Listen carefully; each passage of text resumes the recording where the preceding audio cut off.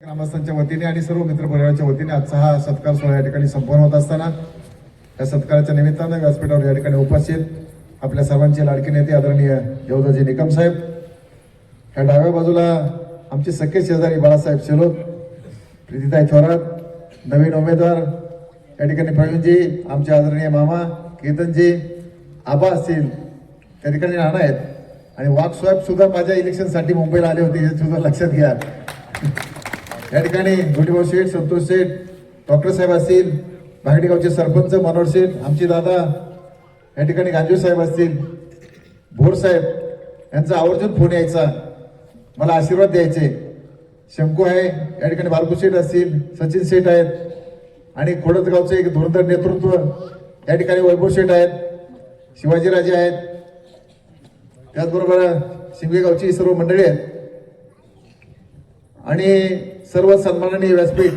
खरं तर पांडुशेठ बनकर असतील, आमचे पोलीस पाटील साहेब असतील, गावचे पोलीस पाटील असतील, ही सर्व सन्माननीय मंडळी. आता सर्वांचं नामोल्लेख घेण्यात या ठिकाणी वेळ घालवत नाही.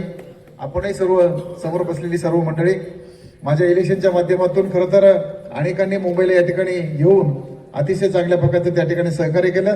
त्यामध्ये ही सगळी मंडळी आहेत आणि खरं तर गणपतरावने खास करून या ठिकाणी उल्लेख केला. राजकीय क्षेत्रामध्ये काम करत असताना दादांनी सांगितलं की आम्ही 35 वर्ष या ठिकाणी विरोधात होतो. 35 वर्ष जरी विरोधात असलो तरी आताचं जे आमचं प्रेम या ठिकाणी जोडलेलं आहे त्या प्रेमामध्ये कोणीच मध्ये येऊ शकत नाही.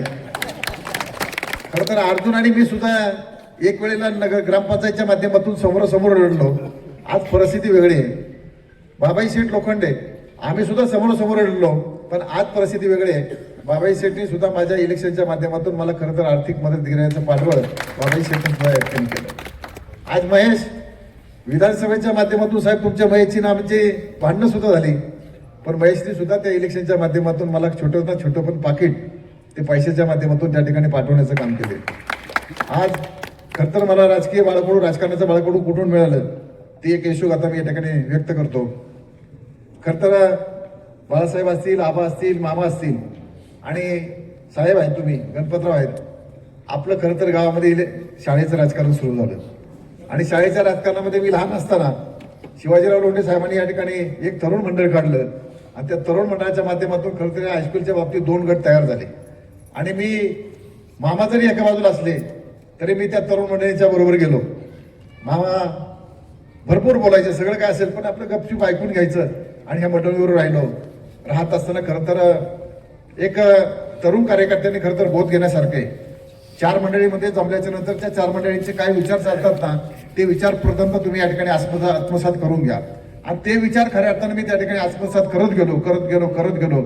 नंतरच्या कालावधीमध्ये शिवाजीराव लोंढेंबरोबर 10 वर्ष काढली आणि नंतर पोटापाण्याच्या व्यवसायाच्या माध्यमातून ज्यावेळेला मुंबई महानगरीमध्ये गेलो त्यावेळेला हिंदू हृदय सम्राट सरसेनापती आदरणीय बाळासाहेब ठाकरेंची सभा त्या ठिकाणी शिवाजी पार्कला ऐकली आणि तिथून पुढे मी शिवसैनिक झालो. त्यानंतर प्रत्येक इलेक्शनचं ते वेळच होतं, राजकारणाचं वेळ होतं आणि गावाला आल्याच्या नंतर खऱ्या अर्थाने या ठिकाणी ज्या निवडणुका लागतील त्या निवडणुकीमध्ये या ठिकाणी येऊन रात्रीचं या ठिकाणी बूथ लावण्याचं काम या ठिकाणी आम्ही करायचं. त्यावेळी कैलासवासी भोर साहेब असायचे. भोर साहेब सुद्धा प्रत्येक निवडणुकीच्या माध्यमातून या ठिकाणी गावाला यायचे, परंतु सगळ्यांच्या अगोदर आमचं बूथ त्या ठिकाणी तयार असायचं.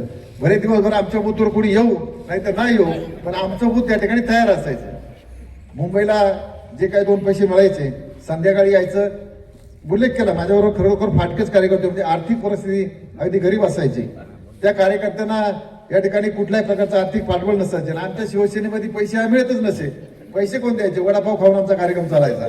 संध्याकाळी जे काही बिल होईल ते बिल या ठिकाणी पेड करायचं आणि मग मुंबईला जायचं, रात्रीचा प्रवास करायचा. त्या काळामध्ये बाजीराव असेल, वंशी असेल, या अजब घराणं, बाळासाहेब लोखंडे असतील, ह्या घराण्यांनी खऱ्या अर्थानं मला एक चांगल्या प्रकारचं पाठबळ दिलं आणि विरोधात असून सुद्धा माझ्या पाठीमागे ते आयुष्यभर या ठिकाणी राहिले. नंतरच्या कालावधीमध्ये जशी परिस्थिती चेंज होत गेली, या ठिकाणी ग्रामपंचायतची इलेक्शन लढायची, पॅनल तर निवडणूक लढवायची. कसं लढवायची? मामांना मामाने आड घातली, तू जर राष्ट्रवादीमध्ये प्रवेश करत असेल तर तुझ्याबरोबर येईल, नाही तर नाही येणार. मला आता करायचं काय? जर आता साहेबांनी सांगितलं आता हेच संपादन जर करायचं असेल ना तर कोण कोणी हा काय विचार करायचा नाही. हेच म्हणणं गरजेचं आहे. आता प्रवीण शेट्टी ठरवलं विजय व्हायचा आहे ना, कोणत्या निशाणीवर कसं लढायचं ते मागे पुढे न बघता आपण विजय कसं होऊ या पाठीमागे या ठिकाणी लक्ष द्यायचं. मग त्या काळामध्ये राष्ट्रवादी काँग्रेसमध्ये या ठिकाणी प्रवेश केला आणि पॅनल दोन्ही पक्षामध्ये म्हणजे एकाच पक्षामध्ये लढाई झाली आणि आमचं पॅनल विजय झालं. मी सरपंच झालो. परंतु मला कुठल्याही प्रकारे या ठिकाणी पदाची जास्त अभिलाषा नव्हतीच. मी माझी मुदत संपण्याच्या अगोदर या ठिकाणी माझा राजीनामा दिला. बाळासाहेबांना सरपंच केलं आणि सरपंच केल्याच्या नंतर जे हलपाटे चालू झाले त्या 5 वर्षामध्ये कधी कधी हप्त्यामध्ये मी 3 वेळा यायचो आणि 3 वेळा शिमले परत मुंबईला जायचं. कारण पोटापाण्याचा व्यवसाय जर नाही केला तर हे काय सगळं राडगाडा चालणार नाही. आणि त्या काळामध्ये बाळासाहेबांबरोबर त्यांच्या घरी राहायचं, त्यांच्या मळ्यातल्या घरी राहायचं. इथे आई एकटी असायची आणि आईला कुठं त्रास द्यायचा. आपलं सकाळी येणं जाणं. आई म्हणायचं तू कुठे रात्री कुठे येत नाही ना बाळासाहेबांकडे आहे. मामा बोलवायचे पण त्यात ती सवय लागली होती जोडगुडी, त्यामुळे बाळासाहेबांकडे मुक्काम असायचं. त्या काळात सुद्धा मुंबईकरांनी अतिशय चांगल्या प्रकारचं या ठिकाणी प्रेम माझ्या पाठीमागे उभं केलं. आणि मी तरुण कार्यकर्त्यांना खरं तर वास्तविकपणे या ठिकाणी सांगेल, राजकारणात जर तुम्हाला यशस्वी व्हायचं असेल ना, यशस्वी राजकारणी, तर कधी स्वतः होऊन व्यासपीठावर कधीच जाऊन बसायचं नाही.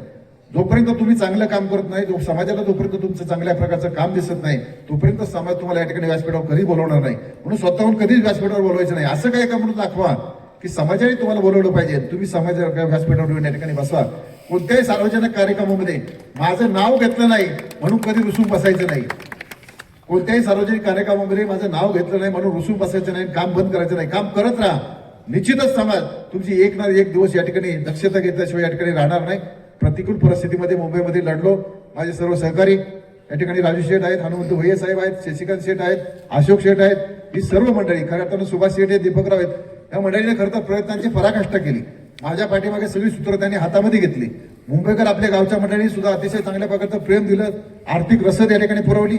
रवी शेठ सुद्धा या ठिकाणी आहेत, गांधी मंडळी सुद्धा या ठिकाणी आहेत. अतिशय प्रेम केलं, अतिशय प्रामाणिकपणे कष्ट केले. माझ्या या 4 म्हणजे प्रभागामध्ये प्रभाग क्रमांक 19 मध्ये 29,240 समथिंग मतदान होतं. त्यामध्ये साधारण 17,000 मतदान झालं आणि 17,000 मतदानामध्ये आमच्या पॅनलला काही लोकांना या ठिकाणी 8,000 मतं मिळाली. मला या ठिकाणी 7,300 मतं मिळाली. माझी फाईट खऱ्या अर्थाने या ठिकाणी टॉपची फाईट होती.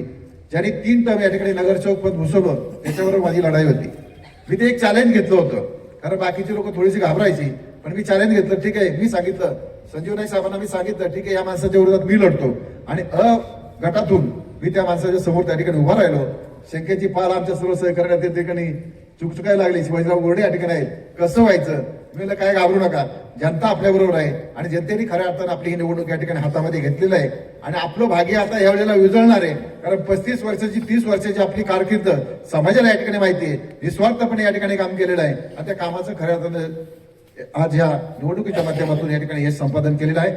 वरती गावच्या सामाजिक राजकीय क्षेत्रामध्ये काम करत असताना धोंडीभाऊ शेठ असतील, ही सर्व मंडळी असतील, यांनी खरं तर अतिशय चांगल्या प्रकारचं प्रेम दिलं.